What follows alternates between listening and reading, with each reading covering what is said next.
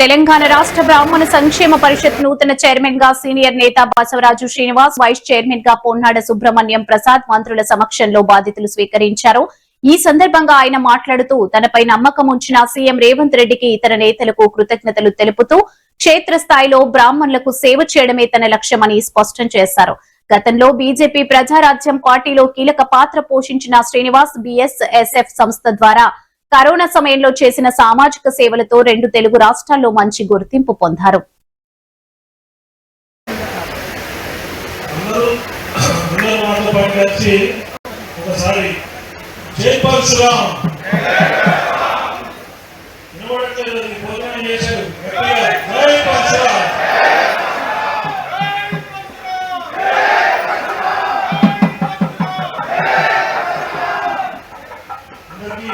నమస్కారం. వేదిక మీద పెద్దలు ఐటీ పరిశ్రమ మంత్రివర్యులు చంద్రబాబు గారికి, దేవాదాయ ధర్మాదాయ శాఖ మంత్రులు శ్రీమతి కొండా సురేఖ గారికి, హర్కల వేణుగోపాల్ గారు గవర్నమెంట్ అడ్వైజర్, మాజీ కేంద్ర మంత్రి వేణుగోపాలాచారి గారు, నాతో పాటు ఉన్న వైస్ చైర్మన్ సుబ్రహ్మణ్యం గారు, చైర్మన్లు రాఘురెడ్డి గారు, చెల్లా నరసింహారెడ్డి గారు, ఇంకా వేదిక ఉన్న పెద్దలందరూ కూడా పేరు పేరున సమయ భావం ఉంది కాబట్టి అందరికీ ధన్యవాదాలు తెలియజేస్తూ, బ్రాహ్మణ పరిషత్, తెలంగాణ బ్రాహ్మణ సంక్షేమ పరిషత్ పోయిన ప్రభుత్వంలో ఇది రావడం జరిగింది. చాలా ఫండ్స్ పెండింగ్ లో ఉండి ఈ గవర్నమెంట్ టేక్ ఓవర్ చేసి చాలా వరకు రిలీజ్ చేయడం జరిగింది. ఇంకా ఈ గవర్నమెంట్ లో కూడా ఫర్దర్ ఈ ఇయర్ బడ్జెట్ కానీ పోయినసారి బడ్జెట్ లో కానీ ఇంకా పెండింగ్ ఇష్యూస్ ఉన్నాయి. అవన్నీ కూడా టోకెన్స్ రిలీజ్ అయి ఉన్న ఫండ్స్ కూడా ఉన్నాయి. అవన్నీ కూడా మంత్రివర్యుల సహకారంతో నేను ఎప్పటిపడి వారందరినీ కూడా వారిని ఫాలో అప్ చేసి అది రిలీజ్ చేసి మనందరికీ మంచి జరిగేటట్టు ప్రయత్నం చేస్తాము. అదేవిధంగా నేను చైర్మన్ ఏంటంటే ఇక్కడ వచ్చిన వాళ్ళలో చాలా మంది బ్రాహ్మణులని నాన్ బ్రాహ్మణ్స్ కానీ వాళ్ళే చైర్మన్ అయ్యారు, ఫీల్ అయ్యారు. మీరందరూ కూడా చైర్మన్, నేను మీ అందరికీ సేవకులుగా పనిచేస్తాను. బ్రాహ్మణ పెద్దలు వచ్చారు, పెద్దలందరికీ కూడా నాకంటే అనుభవం ఉన్న పెద్దలు చాలా మంది ఉన్నారు.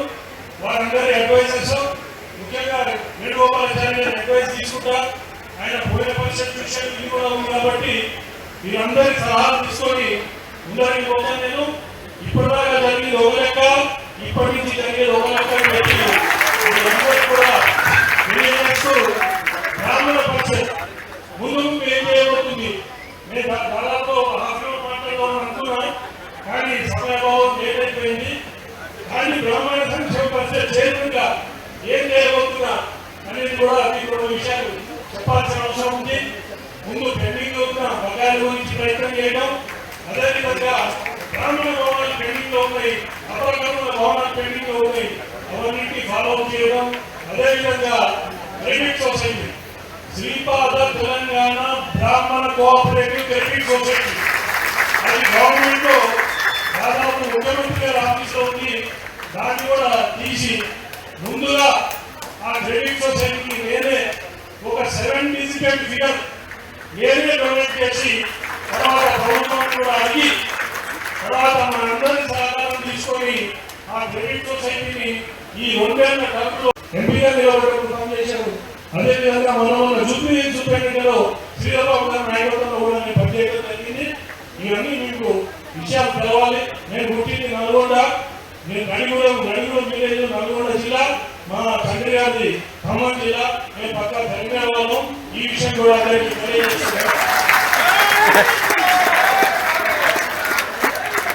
50-60 మంది వాళ్ళే చైర్మన్ గా ఫీల్ అయినట్టు నాకు సంతోషం వ్యక్తం చేశారు. ఎక్కడో 2-3 కామెంట్స్ దానికి ఆన్సర్ చేయాల్సిన బాధ్యత ఉంది కాబట్టి నేను చేస్తున్నాను. అంతా కలిసిపోయి బ్రాహ్మణుని పునర్వైభవం దిశగా తీసుకోవడం, కొండా సురేఖ గారిని వారి ఇంట్లో కలవడం జరిగింది. బ్రాహ్మణులు అంటే విపరీతమైన గౌరవం ఉన్న శ్రీమతి కొండా సురేఖ గారికి ధన్యవాదాలు తెలియజేస్తున్నా.